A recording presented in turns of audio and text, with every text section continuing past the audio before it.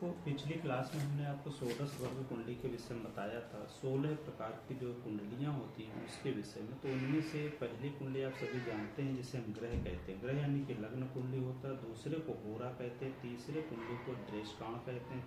चौथी कुंडली को चतुर्थांश कहते हैं। पांचवी वर्ग को सप्तमांश कहते हैं यानी कि सप्तम D7। और छठी वर्ग जो छठी कुंडली होती है उसको D9 कहते हैं यानी कि नवमांश कहते हैं। और सातवीं जो होती है दशमांश कहते हैं जिसके D10 कहते हैं। आठवीं जो होती है द्वादशांश D12 होती है। और नाइन्थ टाइप की जो होती है वो षोडशांश होती है D16 होता है। फिर इसके बाद D13 होता है, D14 होता है।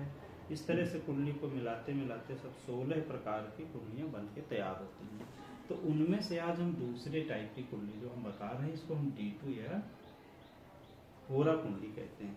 होरा का अर्थ आज हम नहीं बताएंगे, पिछली आगे कभी बताएंगे होरा क्या होता है और वो रात से आया कैसे आया, होरा का मतलब क्या हुआ। परंतु हम आज ये बताएंगे कुल होरा कितनी होती हैं। कुल होरा जो हमारी 12 राशियां होती हैं उनके दो गुना कर देते हैं, यानी कि 24 होरा होती हैं। कितनी होती है होरा? मुहूर्त में भी आता है, 24 होरा का एक मुहूर्त भी होता है, लेकिन यहाँ हमारा होरा चंद्रमा से और सूर्य से दिया जा रहा होरा को। तो होरा में हमने क्या देखा? होरा का अर्थ होता है, होरा को हम किस लिए देखते हैं? संपत्ति विवेचना के लिए होता है। संपत्तियां हमारे पास दो प्रकार की होती हैं, चल और अचल। देखिए उसमें एसेट्स भी जुड़ते हैं, जैसे गाड़ी है, कपड़े हैं, ज्वेलरी है, ये भी जुड़ता है। लेकिन जो मुख्यतः होती जमीन और धन, यानी कि एक लिक्विड फॉर्म होता है, एक अचल यानी कि संपत्ति आपकी जो जमीन है, भवन है, मकान है आपका, ये दो तरह का। तो होरा के स्वामी दो होते हैं। कौन कौन होता है? एक तो सूर्य होता है, दूसरा चंद्रमा होता है। क्योंकि जब कोई लगन हमारी 30 डिग्री को होती है, सबको पता है 30 डिग्री में 2 का भाग देते हैं तो 15 अंश की एक आती है, 15 अंश की दूसरी होरा आती है। यानी कि अब ये देखते कैसे कौन सी होरा आपकी उदित हुई। तो आपकी लग्न जो है कौन सी है? यदि लग्न आपकी विषम है तो उसका स्वामी कौन होगा? सूर्य होगा। सूर्य दिन का कारक होता है, ठीक है, इसका स्वामी सूर्य हुआ। अब अगर आपकी लगन या राशि सम है तो उसका स्वामी कौन होगा? चंद्रमा होगा, ठीक है।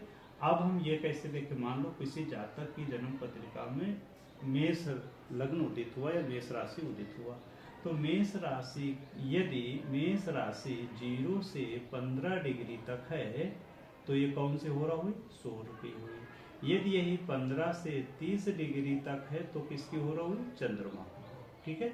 ये ऐसा नहीं लग्न में ही देखा जाता, जो हमारी 12 कुंड होते हैं, 12 भाव होते हैं, उन सभी भावों में इसको देखा जाता है। जो लग्न जहाँ उदित होती है उस लग्न को 2 टुकड़ों में बांट दिया जाता है, 1 2 जितनी भी होती हैं सब में 2 होती हैं, ठीक है, सबकी होरा बनती है, ठीक है, ये सभी की होरा, तभी ये 24 होरा संख्या बनती है, ठीक है।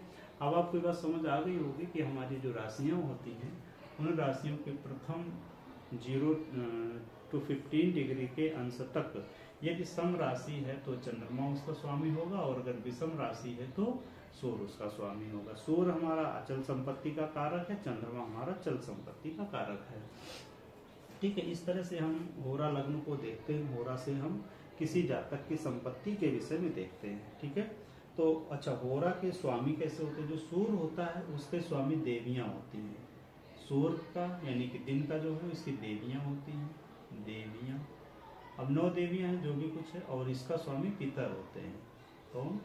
पितर होते हैं। चंद्रमा की होरा जब आती तो उसके स्वामी कौन होते हैं? पितर होते हैं। इस तरह से हम इसको 12 राशियों में अलग अलग होरा को देखकर हम किसी जातक या जातिका के धन संपत्ति के विषय में उसको पूर्ण रूप से फलित कर सकते हैं। सभी लोग इसको देख, अब अगली क्लास में हम इसको पूर्णतः उदाहरण से समझाने की कोशिश करेंगे।